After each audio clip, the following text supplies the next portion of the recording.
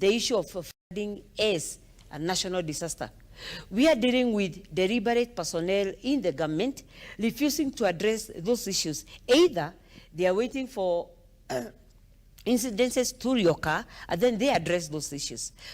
When we saw last night at the arrivals, again, at the departures now, at the flooding at the riding zones and the loading zones from the cargo, then we are wondering, 6 months after the CS himself visited the airport and said that the contractor was on site. 6 months. Why was the contractor waiting until the floods came in? We remember that the meteorological department advised us that the heavy rains will hit us from the month of March, for the month of March, April, and end of May. Yes.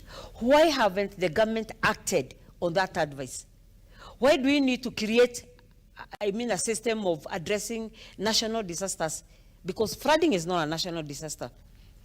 It is only a periodical incident that happens for some periods of, say, 3 months. Yes. Maximum in these countries, about 3 months. So when we have the government officers not addressing those issues, then it is of great concern. This rain started like 3 weeks back. And then we had schools. Look at Budaragi area.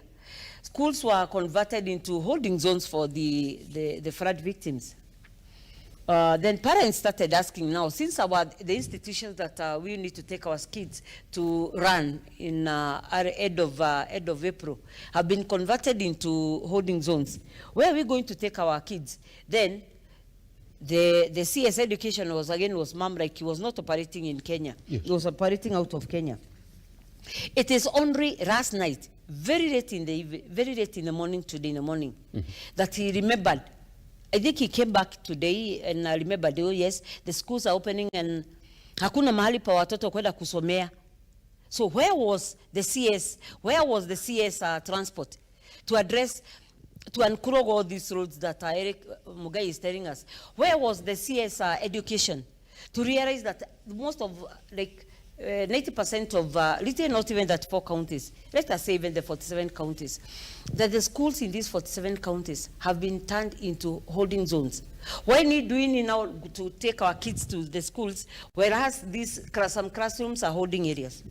I feel it is an issue of the governance issue, that we do not have commitment in the leadership of UDA government when it comes to addressing issues of the perennial issues that we've had.